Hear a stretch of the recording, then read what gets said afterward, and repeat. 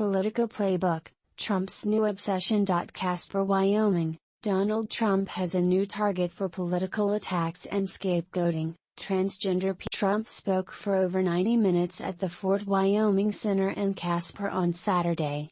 It was ostensibly a speech in support of Harriet Hageman, his hand-picked candidate to take out Rep.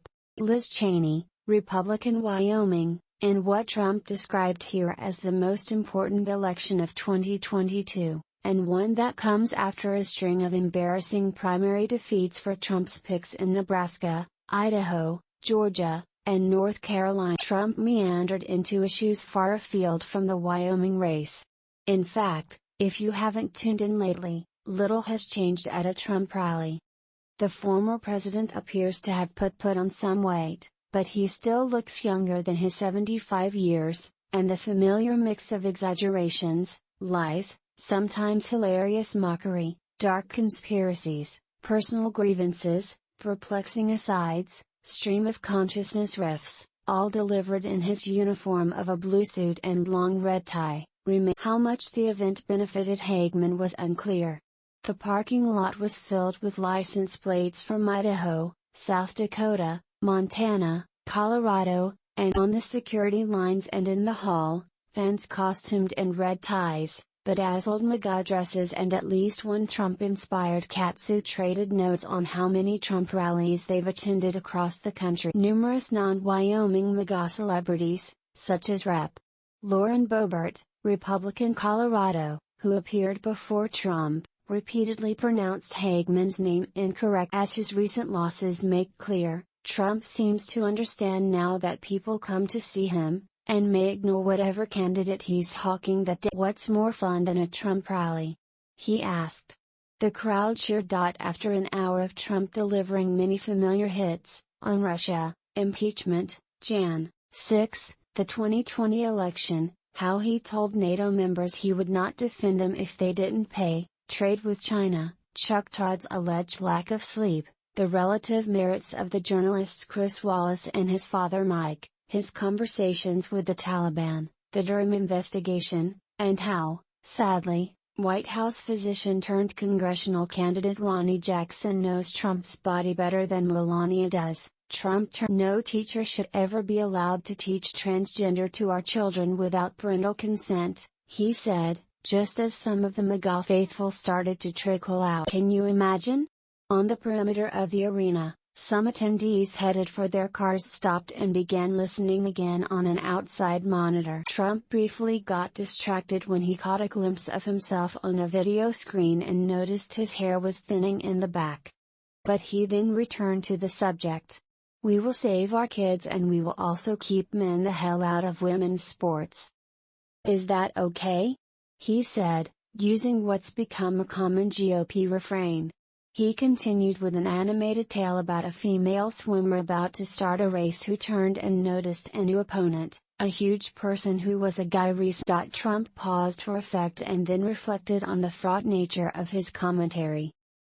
See? I'm politically correct, I said recently, they can't get me, he said. You have to be very careful, this is a hornet's nest. He continued. He said the trans woman set a new record that would stand until some guy comes along and breaks it again. He pantomimed his way through a story mocking trans women in weightlifting competitions. He imagined himself as a women's basketball team coach recruiting players, such as LeBron James. Did you ever have any thoughts, LeBron, about one day becoming a woman? He congratulated himself. Everybody's afraid of not being politically correct, he said.